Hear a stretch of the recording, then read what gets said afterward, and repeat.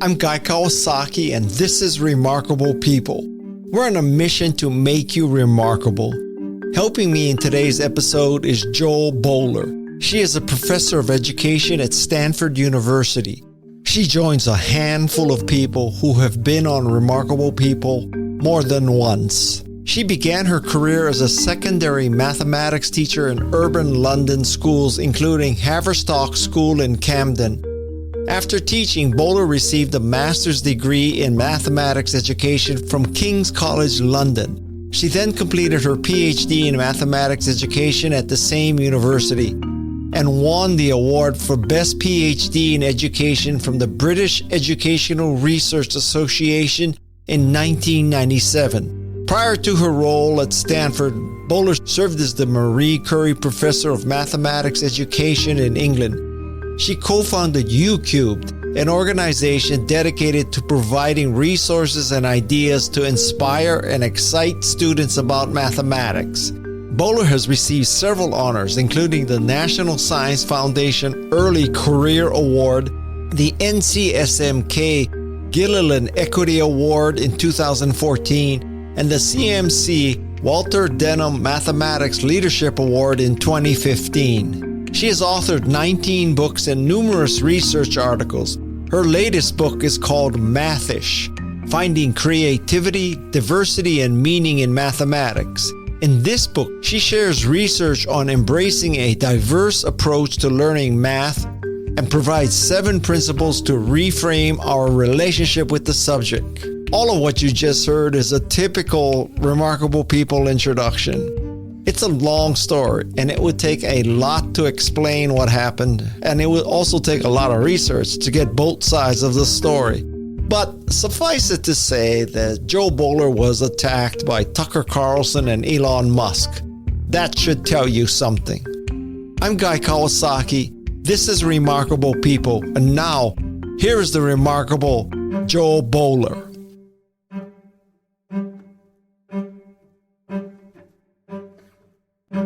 I was prepping for this interview and I was reading your book and I came to this sample question where you said, how many squares are in this 8 by, and you said the answer is not 64.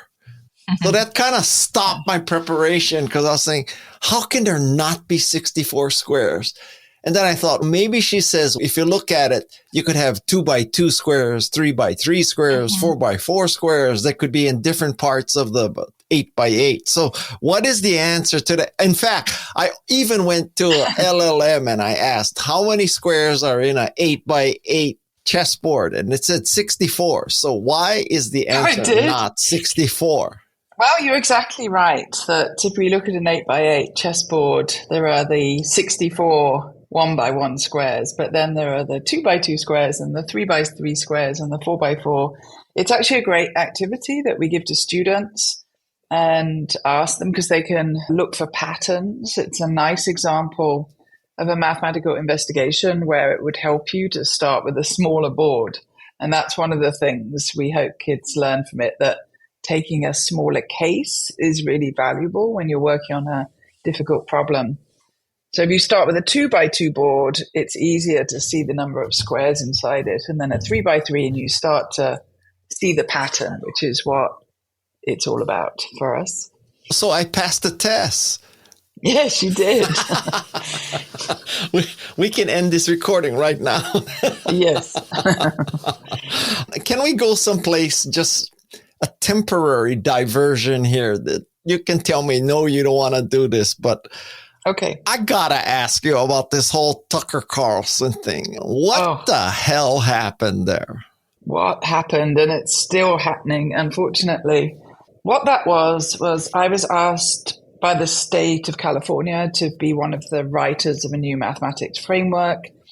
There were 5 writers, but the ideas of the framework came from an elected committee of 20 leaders, and focus groups met across the state. The committee met, the writers wrote up their ideas, and people decided they wanted to stop the ideas of the framework. And they decided to try and do that by basically targeting me. I don't know any other way to describe it. And yeah, I was sitting just having a usual Friday night at home when I started to see all this hate mail filling up my email. And I thought, what has happened? I don't understand this. And then somebody showed me that Tucker Carlson had put my image on his show and said that I was trying to promote social justice in mathematics through the framework. And that was it. Yeah, that started a pretty tumultuous time.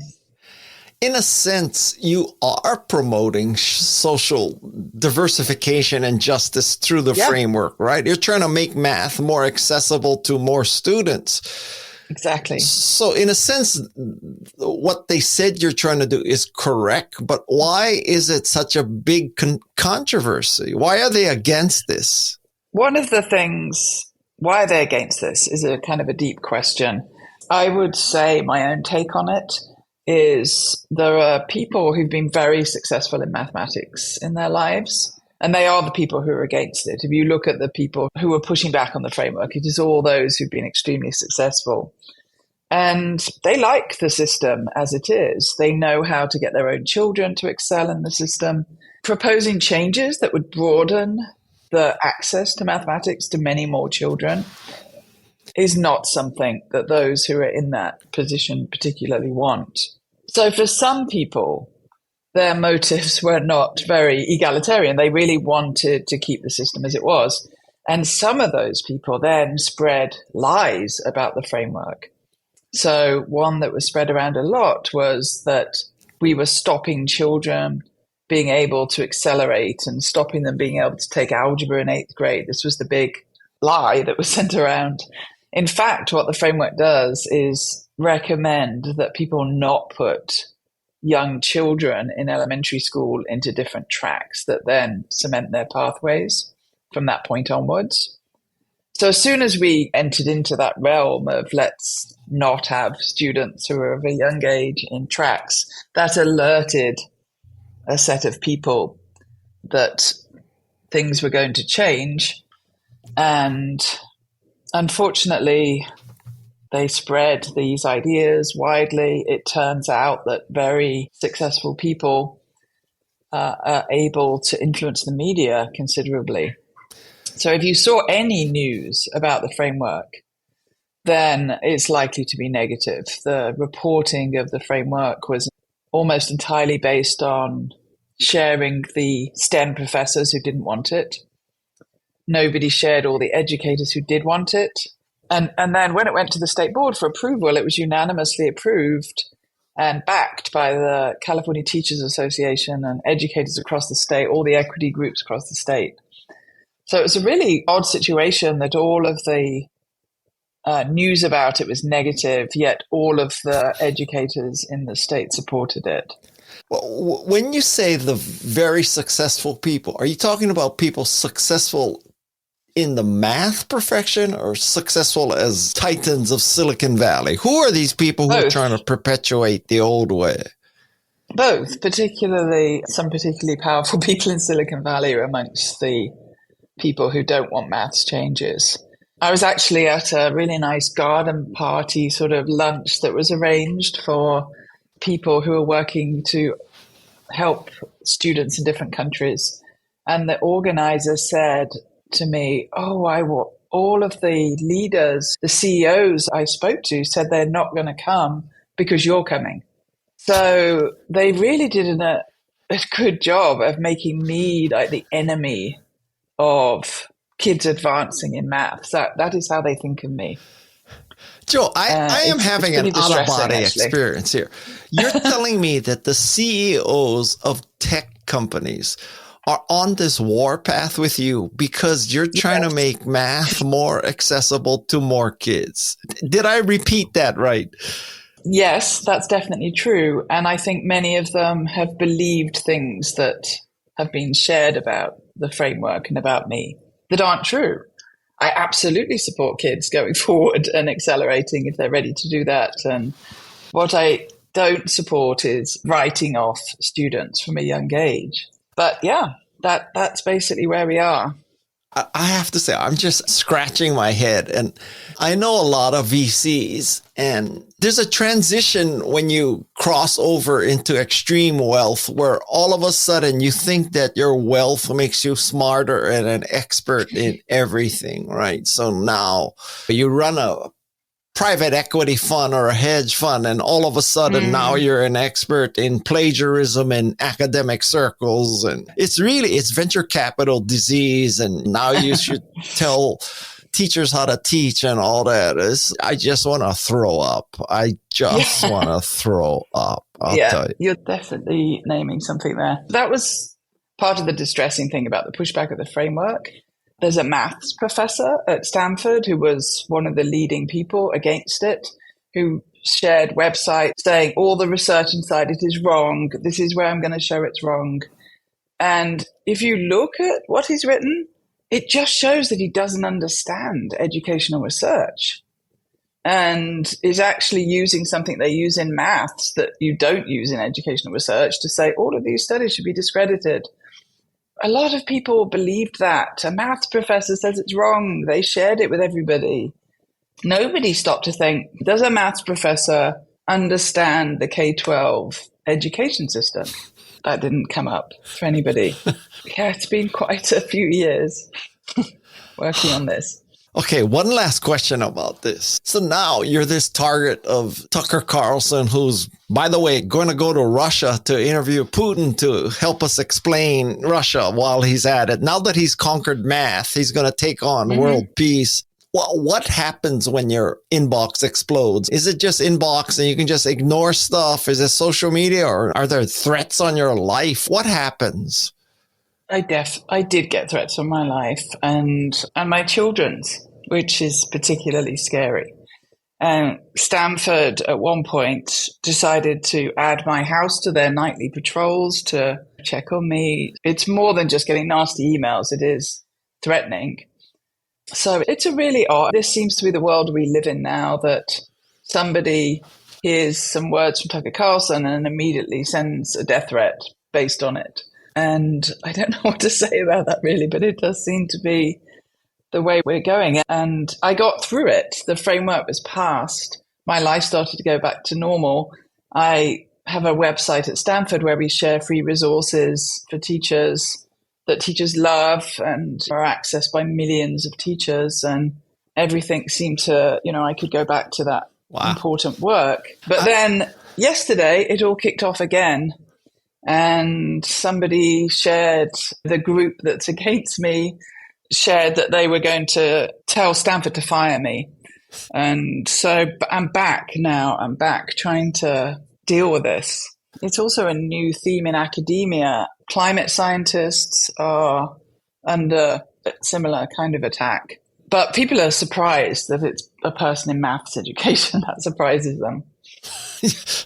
No kidding. Like I said, my head is exploding. I just don't get this. Of all the things in the world, you have to pick a fight on. Why this? Anyway, let's get off this cesspool here. I want you to explain the concept of narrow maths. What makes maths narrow? What makes maths narrow? It's really come from our textbook companies in the US. Somebody set out all the standards that are important in mathematics. And I learned through my framework work that nobody actually meant that as a guide to teaching. It was more of this is all the detail of everything. And what the textbooks have done is take all these short statements about maths and turn them into narrow questions for students. So their experience of learning maths is often just going through lots and lots of short questions that are not meaningful to them, and really just targeted at teaching it a sort of narrow method, where we have a lot of research that shows that we want to engage students in bigger, more complex problems where they get to think and reason and talk to each other and solve mathematical issues in the world and really make maths something that's meaningful to them, where they see that it's helping them in the world. And we don't have that in classrooms. And a lot of people have had the narrow maths experience and left maths as early as they can, or worse, they've really come to believe that they can't do it. And many times people feel that if they can't do it, they're not a full person, that there's something wrong with them. Maths is given a lot of status in our society, so it's important to students to feel they can be successful. So yeah, we have this experience of narrow maths, and it's been spectacularly successful at helping only a narrow group of students go forward. Only some students are inspired by that experience of working through short questions. And the book, my new book, Mathish, is really about making maths a much more interesting subject for students. One of the initiatives of the framework was to take all of those isolated tiny standards and to make them into bigger ideas that teachers could organize their teaching around and bring in rich tasks. What I don't understand is, for many people, okay, so obviously there is a small segment that they love it because it's going to help their SAT score and they figured it out, blah, blah, blah, and get into Ivy League schools and all that. But how did we get to this place where I think much of the student population and parent population, they just dread math. They see math as like the equivalent of the Navy SEALs Hell Week, where the purpose is to get people to drop out, right? Look, how did we get to this place? How did we? That's a good question. Many years ago, when mathematics was put into the curriculum in schools, it was really there to help people work in shops. So they needed to be good at calculating with numbers. And curriculum was set out in the 1800s that went from all of that calculating with numbers into algebra and geometry. And we have continued to teach those exact ideas hundreds of years later, even though the mathematics of the world has changed a lot. And we don't need to teach kids to be little calculators because we actually have tools in our modern society that does that work better than they do. What we need is to teach them to make sense of problems and be able to interpret results so that they can make important contributions.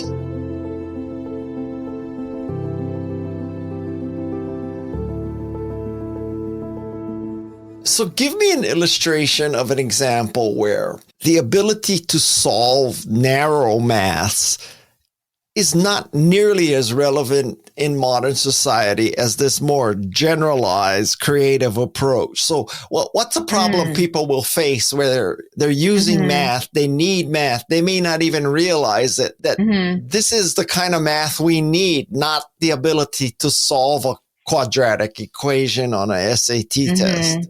I'll tell you a story, and this is also a controversy that's happening now in California. We have developed a data science course in our center at Stanford. It's a one-year high school course. And there has been moves in California and across the country to have that be a high school course for students that is an alternative to, say, Algebra 2, which is that course where you're doing lots and lots of algebraic equations. Now there's pushback and people saying it shouldn't be. But we developed this course and we studied it. And inside our study, we gave students who were in Algebra 2 classes and students in the data science class the same test question. And it actually asked them to look at some data and develop a function to make sense of it. So we gave them some data about health and poverty in different countries and how many calories people took in and how that related to their lifespan, and asked them to make sense of that table of data. So the students in data science did significantly better than the students in Algebra 2, even though it was a test of algebra, because the kids in Algebra 2 just learn all these formulas. And when they come to seeing a table of real data from the world, they don't know how to apply those formulas to the table. It's a really basic kind of algebra concept that you can look at numbers and plot them and see the relationship. And they just didn't know how to do it. They had all these formulas. And what we teach the kids in data science is to make sense of a situation and to analyze patterns and to see what's happening. One place that this would have really helped in recent years is understanding COVID data. when the pandemic was happening, our screens were filled with linear relationships shown on graphs, the relationship between vaccines and mortality, all sorts of different things. And if students haven't learned to look at a situation like that and make sense of it, they were not in a good position to be helped during the pandemic. Yeah, in the modern world, what we need students to be able to do, I think Conrad Wolfram puts it well. People probably have heard of Conrad Wolfram. He created Wolfram Alpha with his brother and Mathematica, and their technology powers both Alexa and Siri. And he says this is what we do mathematically in our jobs and in our world. We form a question, we work out how to make that into a computable answer, we do the computation, and then we analyze the results. But there's 4-part process. But in school, it's all about just doing the computation. So students aren't given situations where they ask their own question and then they think, how can I make this into something I can calculate to find something important? And one of the things he's done is he's made an entire high school curriculum, taken out all the parts where students are learning method to do by hand that in the modern world are always done by computers, and instead ask students to program those into a computer and analyze the results. And it's freed up a lot of time, so students can now work on these really cool projects like designing drones and analyzing music. So that is the idea. We can do a lot better in our maths teaching if we really think about what the students really need. We need them to reason and problem solve and solve complex problems. We don't need them rehearsing methods that don't mean anything to them. This is somewhat of a facetious hypothetical question, but do you think if you asked your random American sample, let's say you told them 1 out of 5 million people who got a COVID vaccination died, but 1 out of 100,000 people who didn't get a vaccination died, should you get a vaccination or not? Do you think a lot of people would say, no, vaccination is too dangerous? Are you talking about that basic a level? I do. And what we've done in maths education is make people afraid of maths and afraid of numbers. So they probably wouldn't even engage in the thinking. Many people will look at numbers and move away from them and not look at a graph, not look at a set of numbers. It just provokes fear and anxiety. Yeah, I do think that. Madison and I are surfers. We love to surf. And I always encounter people when I say you ought to try surfing. And they say that, no, because I could get eaten by a shark. And then I point out there have been 3 shark attacks, fatal shark attacks in the world this year. The most dangerous part of surfing is driving over the hill from Menlo Park to Santa Cruz on Highway 17. Much higher probability you're going to die because a truck runs you over than you're going to get eaten by a shark. But they still say, no, I'm afraid of sharks. How do you even deal with it? I would say you deal with that by giving people a good mathematics education where they're able to make sense of probabilities. Probability is an area that people are totally terrified by and won't engage with. Yeah, I'm a strong believer that giving people a high quality education is going to protect them in many ways in the world. Understanding probabilities is one. Also, in the modern world, we know that young people are going to be sent a lot of data and data visuals that are incorrect, that are intended to mislead them. And we need to protect them by being used to looking at data and data visuals and thinking, who sent this? Why did they send it? What does it mean? Is it all the data or is it manipulated in some way? And so there's a strong need to help our students with this kind of data literacy. So if I was plopped into a data science course as opposed to an Algebra 2 course, what would I immediately notice as the difference between data science and algebra? Well, one of the big differences is students start with a data set and they are encouraged to ask questions of that data. What can we learn about the world through asking a question? It's their own question. And then they use methods to interrogate it. They're going to learn some technology in data science. You're going to learn a little bit of coding and use data platforms that are really helpful. And they're going to come up with a result, and they're going to interpret that result and communicate it. In an Algebra 2 course, they're probably going to be moving symbols around a page and coming up with the different symbols. The students who take the data science courses are very clear about this. This is meaningful mathematics. It means something to me. I understand it. This isn't just pushing symbols around a page. It's something that's powerful for the world. So it's amazing that we now have people pushing back on students learning data science, saying they should not have a data science course in high school. And the particular pushback we're getting now is people saying we shouldn't have a data science course in high school because it's not got enough algebra in it. Wait, it hasn't enough algebra in it in order to prepare you for the SAT, in order for you to go to the Ivy League? Is that kind of the thinking? Yeah, some people are genuinely worried that if you want to be in a STEM major in college, then you need a lot of algebra. But instead of saying, well, because one of the things we know about data science is a lot of kids go into it feeling like math, they hate math, they never want to do another maths course. And then they realize that maths can actually be interesting and they become excited about it. They want to go further in STEM.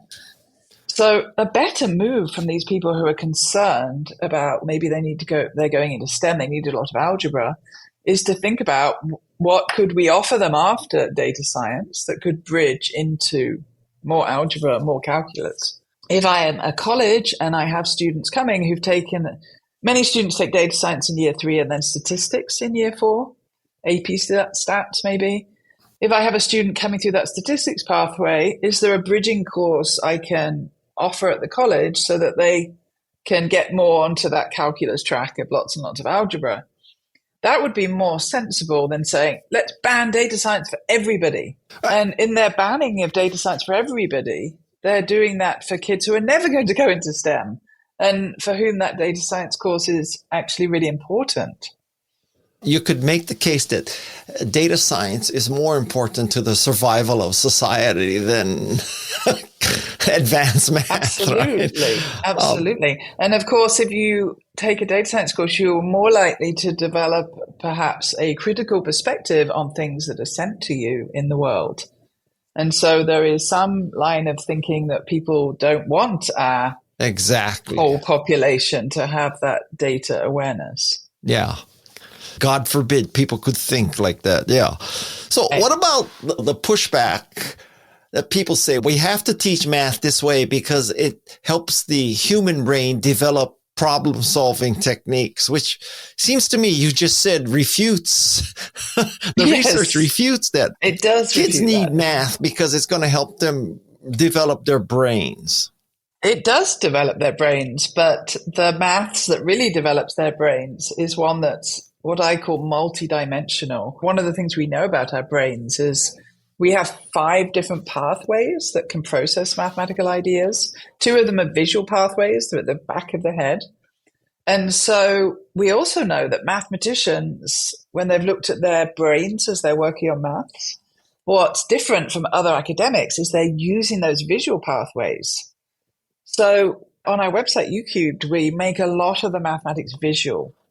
We know that students are really helped by a visual or a physical model of mathematical ideas.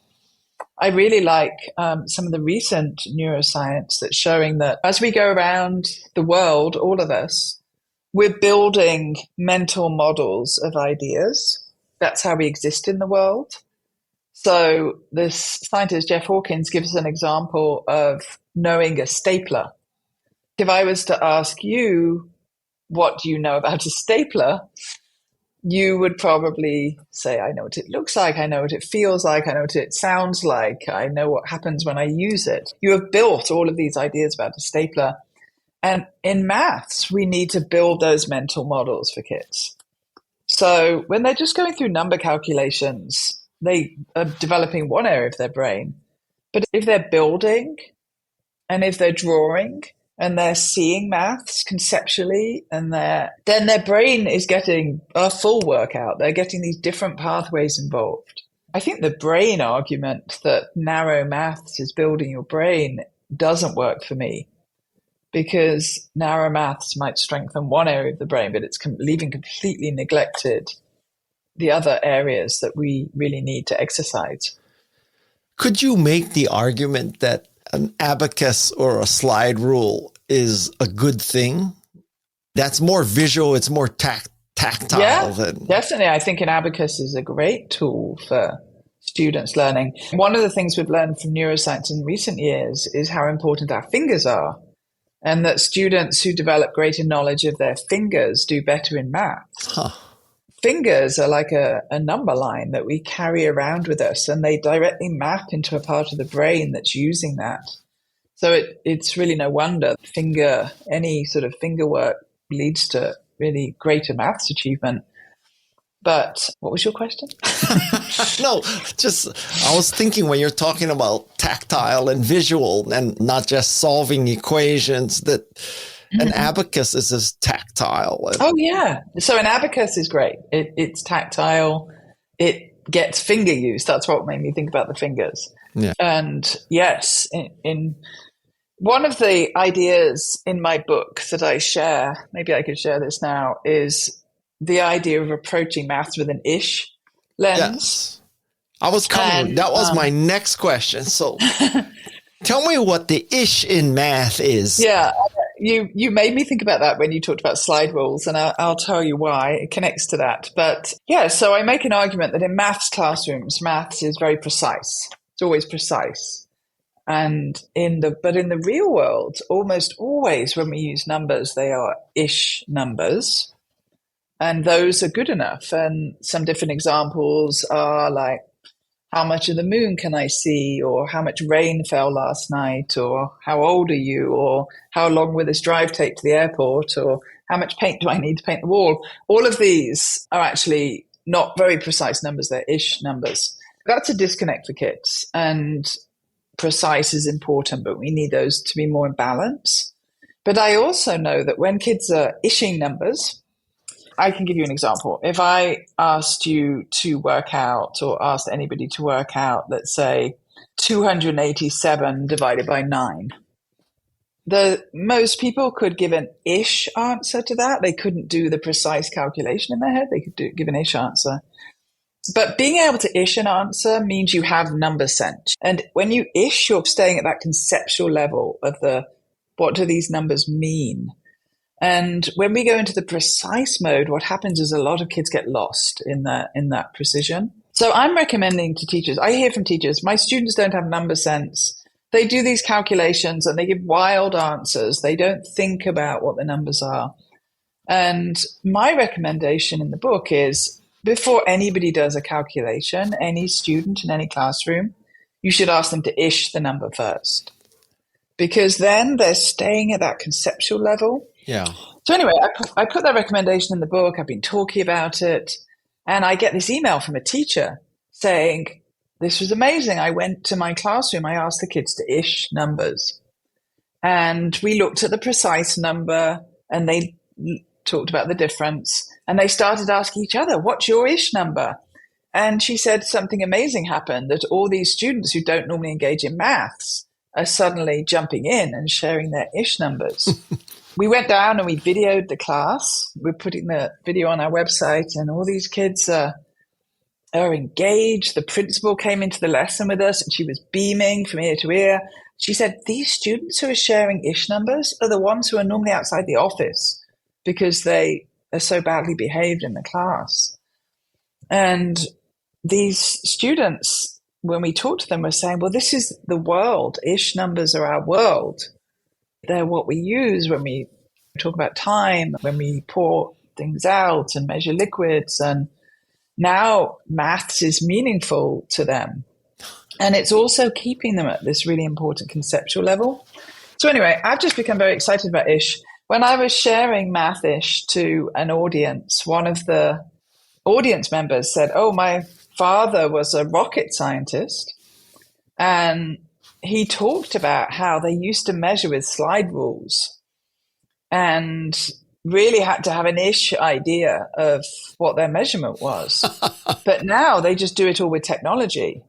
And so they make mistakes because they're not ishing the number. They're just taking this number from the technology and using it. And mistakes are happening much more often. So that was what made me think about your slide rule thing. And one last thing, if people say to me, what, isn't ishing the same as estimating? And my answer to that is, it is the same thing. But when we ask students to estimate a number, they often think, oh, this is another mathematical method, and they calculate it precisely and round it off to make it look like an estimate. But when we ask them to ish numbers, something amazing happens, and they become more free, and they're more willing to share their ish numbers. I'm pretty excited about it as a concept, and teachers are very excited about it. So that makes me excited.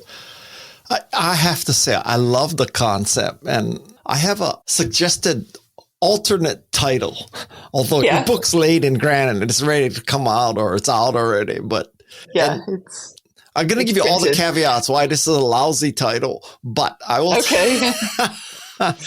You also have to be old to understand this, but a title for your book could have been 30 something, because when you say what's 275 divided by 9, so 30 something, right? But that was a great TV show. Oh, it was? Oh, yeah. Now we have other TV shows with ish in the title. But yes, I think that could have been that.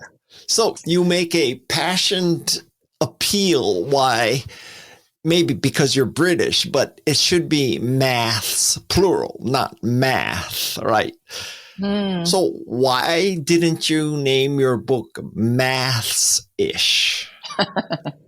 There were two reasons I didn't call it Maths-ish. I do say maths, and I do prefer maths because it's short for mathematics, all the ways of being mathematical. And I find the word math, very narrow sounding. And in England, we do call it maths. But I didn't call it Maths-ish for two reasons. One, the publishers always make me write math because it's going to an American audience. So the book is full of the word math anyway. But also, Maths-ish is a bit of a tongue twister, and it's hard to say. And so I don't worry so much about it sounding narrow when it's math-ish. It's not a narrow word like math. Okay. Now, so in this perfect world, or this fantasy world, maybe someday there's a SAT-ish, right? Where you could have approximate answers just to measure your reality and your reasoning, not your precision. That would be a great idea, actually. It would measure kids' number sense, which is what they really need in the world. Actually, you reminded me that there was ishing. One of my arguments I give in the book is that ishing is really helpful with standardized tests. Why? And a lot of time they give standardized test questions and ask you which of these is correct, which of these answers is correct. And of course, you can ish your way to the correct answer a lot better than you can calculate it. One of the standardized test questions given out to students across the country, a NAEP question, they were asked 7/8 plus 12/13. And then they were given 4 choices. Is that closest to 1, 2, 19, or 21? And you can probably think 7/8 is nearly 1, and 12/13 is nearly 1. So their ish answer would be 2. The most common answer given by 17-year-olds was 19. And the second most common answer was 21. How can that be? So that happens because these kids dive into calculating. they have never ished questions in their lives. So they look at that 7/8 plus 9, 12/13 and they think, I have to do a calculation. And so they get lost in the calculation. Obviously, the 19 is the 7 plus 12 and the 21 is the 8 plus 13.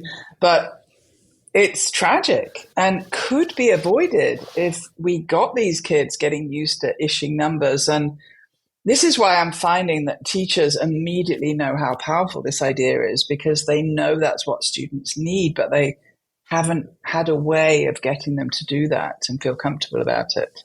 If you were to apply narrow math to that problem, step one is to what? Find the common denominator so you can get it exactly right? Step one would be, yes, to add 8ths and 13ths, you'd have to find a number that 8 and 13 goes into and convert them into common denominators and add the numerators. It's a whole method that they tried to do. Seriously, this could be a matter of life or death. If you have to make a calculation like that and you come up with 19 when it's closer to 2, you literally could endanger yourself, right? I agree. Yeah. And if you're using maths in the workplace and you're making those kind of errors, and one thing teachers always say is we want students, and employers say, we want people to know when an answer is reasonable. And that's what ishing is so helpful with. It's giving kids that idea of what's reasonable. One of the students we interviewed when we went to the school that day said, I get so annoyed in maths that we do a calculation and then we have to do the whole thing again to check it's right. But now I don't need to do that because I ish the answer first and then I can see from my calculation whether it's right. And yeah, I just think there's many uses of ishing. I love the concept, Jo. I think life is one big ish, if you ask me. I agree. Right? Life is an ish. You can ish your way through your life and do a lot better. It's like surfing. The waves are 1 to 2-ish, or they're right. You're right. They're 4. They're head-ish. You don't need to know it's 4.65 feet. You don't need to know that. That's another really good example. I should add surfing to my list of examples. And if people took more of an ish approach to then things in their life, not just numbers, it would help them. You know, it's not about these binary right and wrong. I know that a lot of kids fear maths, a lot of kids and a lot of adults. And actually what they fear is that precision, that it's right or wrong, and often they're wrong. And that is what they fear about it. And when we take an ish approach to numbers, it really softens the edges of maths for kids, as well as giving them access to that conceptual thinking. So I should say what I'm not saying, because I get misquoted in the media all the time now, and I'm not saying that precision is not important, but I am saying we should be more in balance. And when kids are both ishing and being precise, it gives them a much more powerful experience. Up next on Remarkable People. Sometimes high-achieving students are very narrow in their thinking. They've been successful, but there's only one way they can think about it.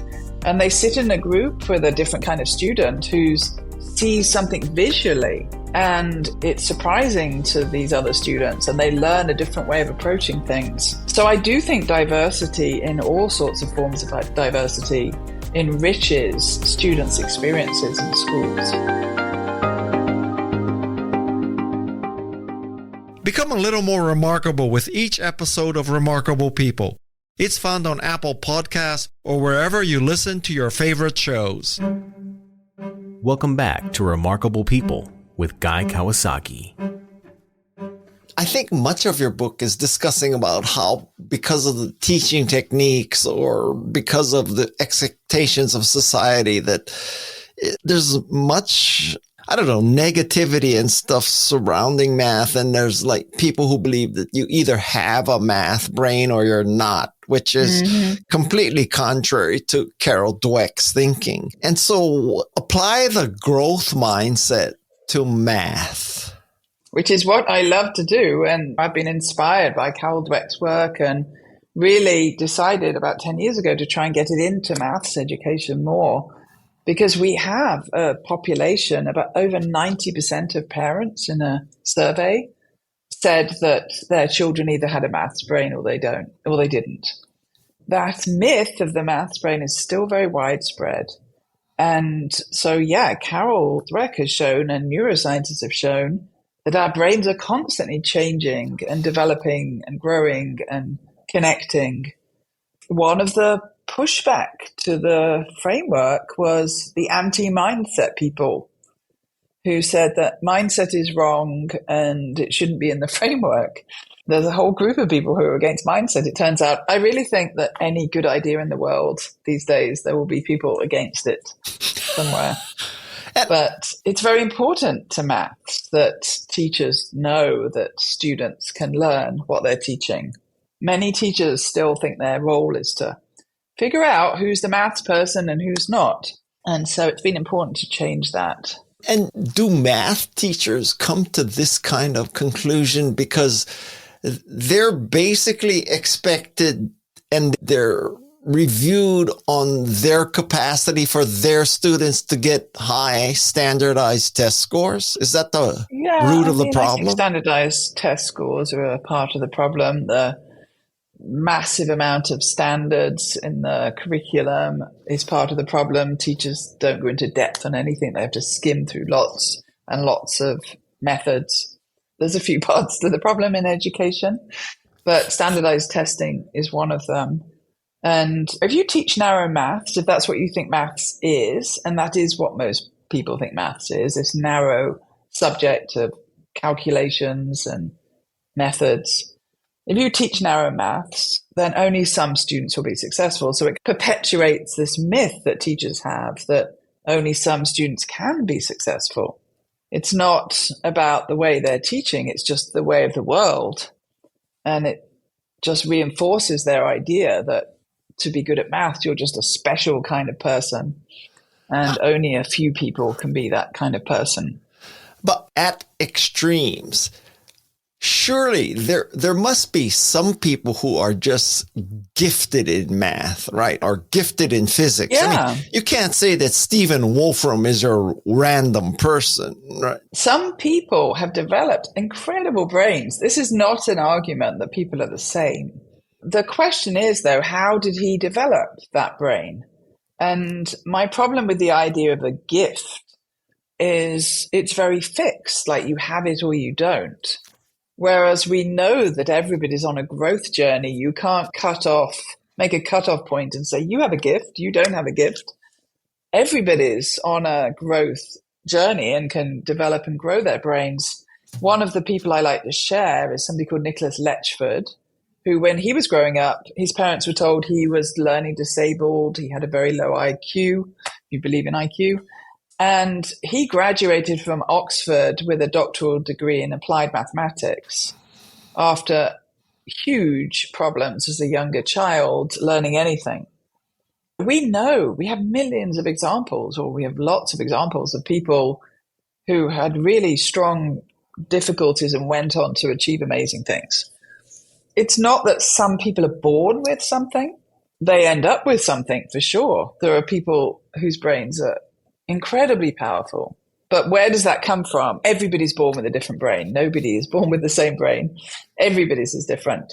But the millions of opportunities you have to change your brain as you go through life, even as a baby and in the early years, those opportunities make more difference than differences that we're born with. What if I were like push back on you and say, okay, so you just cited me one example of someone who had all these learning challenges and was cast into a particular bracket of not being able to do math and overcame that, got a PhD at Oxford. So yeah, you picked one example, but then someone on the opposite side could say, I know this person and he got vaccinated and he died. So that proves vaccination is bad. So one data point either way. How are people supposed to figure out that citing one vaccination death is misleading? Yeah. What you just did could be just as misleading, no?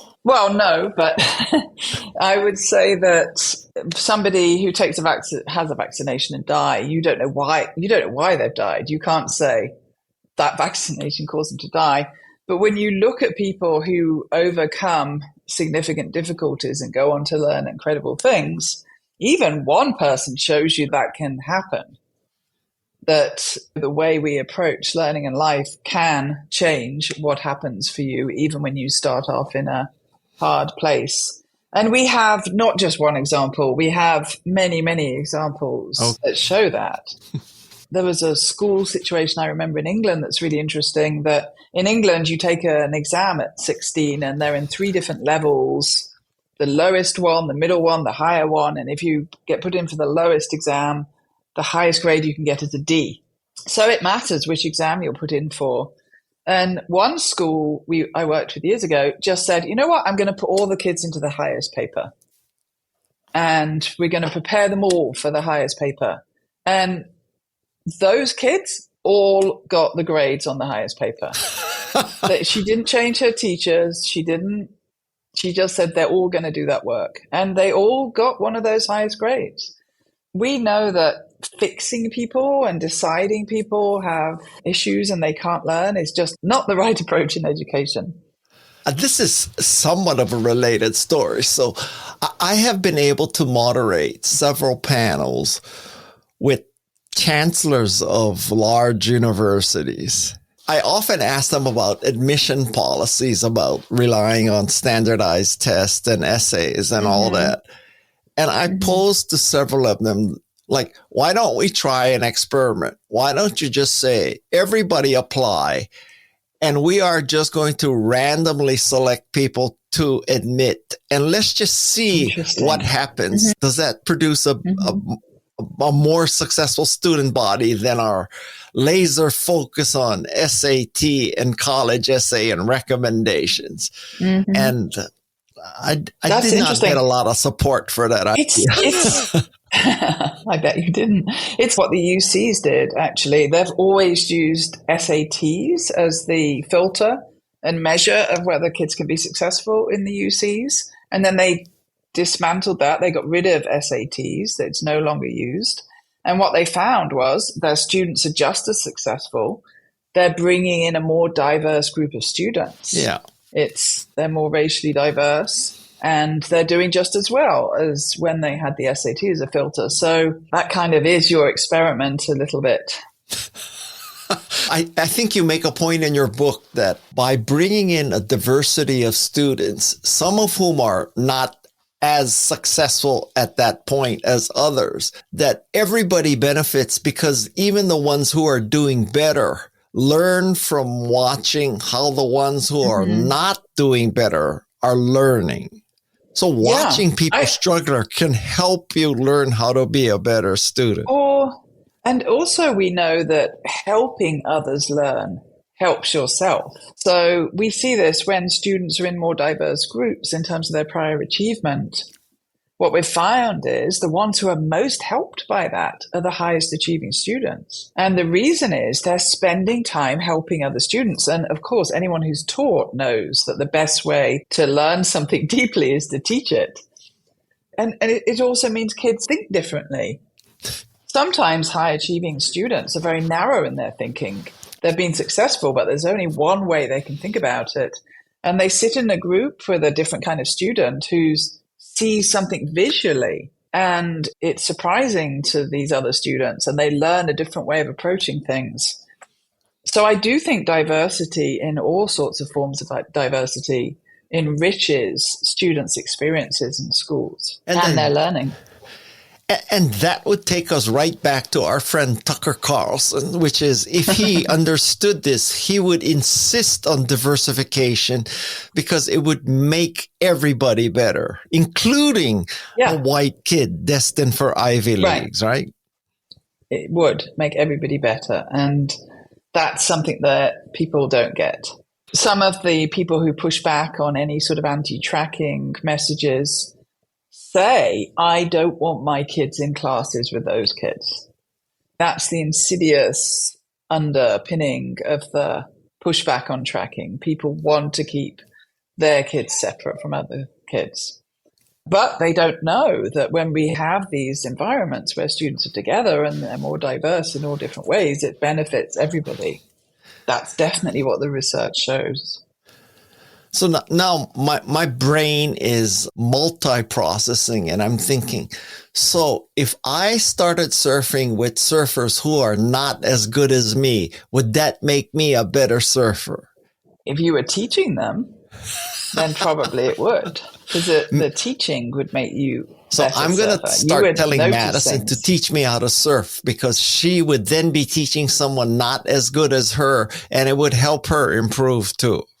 That's right. My last topic, the topic that I love and I want to understand more, is the concept of metacognition.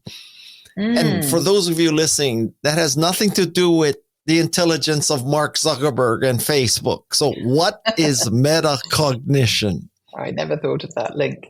Metacognition, a lot of people think metacognition is thinking about your own thinking. And there is a piece of that, but metacognition and people with metacognitive ideas, it's more than that. It starts with self-belief. It has growth mindset in it. You believe that you can do something. But then somebody who's metacognitive has different ways to approach a problem. Maybe they have a range of strategies they've learned. We talked about one at the beginning, trying a smaller case. They have a range of strategies and they're willing to try these different strategies out. You know, they see metacognition in a part of the brain, and it's pretty powerful. One of the things I do in the book is urge people to teach students how to learn. I think as maths teachers, we often think I'm there to teach maths, but actually many kids haven't learned how to approach maths well, and they may have learned counterproductive ideas. Teaching kids how to learn, teaching them how to be metacognitive is really important. Let's say I'm a parent and I've listened to this whole podcast and my kid is 17, 18, 19 years old. He or she is the product of a school system that was geared towards standardized tests and Algebra 1, Algebra 2, Algebra 3, so you can get into pre-calculus, so that you can get into calculus, so you can get into the Ivy League, so that you can have a STEM career. And he hates math. She hates math. We got him tutors. We did everything we could. We dread math. What do you do if you're midstream and you're stuck in this position, and now you listen to this podcast, you read your book, and you're saying the whole system is screwed up? What do I do for my kid? I think what's really important for all of us is that we develop a playful relationship with maths. We see maths as just a playground of ideas that we can try out and investigate things. And so I deal with those people all the time because I'm always running workshops for teachers, and many teachers are in that position. They hated maths and they saw it as a list of methods to memorize. And we introduce them to playful maths. We give them activities where they're making connections and seeing things differently. And many, many times teachers have cried or become very emotional and said, oh my gosh, I just didn't know maths could be like this. And I didn't know I could do this. And so I think shifting people from that getting them out of that narrow maths experience, it's almost like a therapy people need, into seeing maths differently is really important. And some adults go through that transition from reading books. Maybe they read Mathish and that takes them on that path. And then they start to engage with maths differently. And some people need more than that. Like they need to go to a workshop or something where they're able to experience maths differently. And that will get them shifting. Many, many people make that shift and they're always happy when they make the shift. But we have to encourage more people to make that shift, to see maths differently, not as this rigid set of numbers, but as this ish playground. Okay, but I want you to get really tactical. I'm listening to this podcast. I'm a real believer. My kid hates math. I'm afraid of math for his or her future. What do I do? What do I do? Not conceptually. What do I do? We have a number of resources on our website to help people. One of them is an online class. It's completely free. 6 15-minute sessions that people can take. It changes their mindset. it changes their approach to maths. We have a lot of evidence of that. We've studied it with randomized controlled trials. Students who take it engage differently in maths class afterwards. They score at higher levels on tests afterwards. Come to UCubed and look at the online class. It's really for adults or children. And a look at the other resources that we share. I'm really passionate about changing people's relationships with maths. And we have UCubed. We have a new maths app now called Struggly. We have books, many different resources aimed at really giving people that different maths experience. I have to admit, I love the ish concept. I'm going to become an ish evangelist. You know, where you live your life approximately, logically, realistically, roughly right. I love that concept. Life is too short to be too precise. So thank you, Jo Boaler, for introducing me to this concept. Now I'd like to thank the Remarkable People team. That would be precisely Madison Neismer, producer and co-author of Think Remarkable. You must read this book.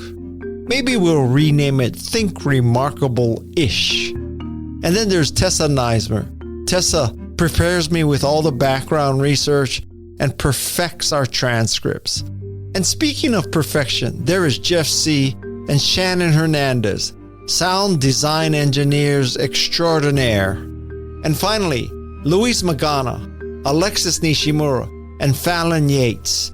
We are the Remarkable People team. We're on a mission to make you remarkable. Until next time, mahalo and aloha. This is Remarkable People.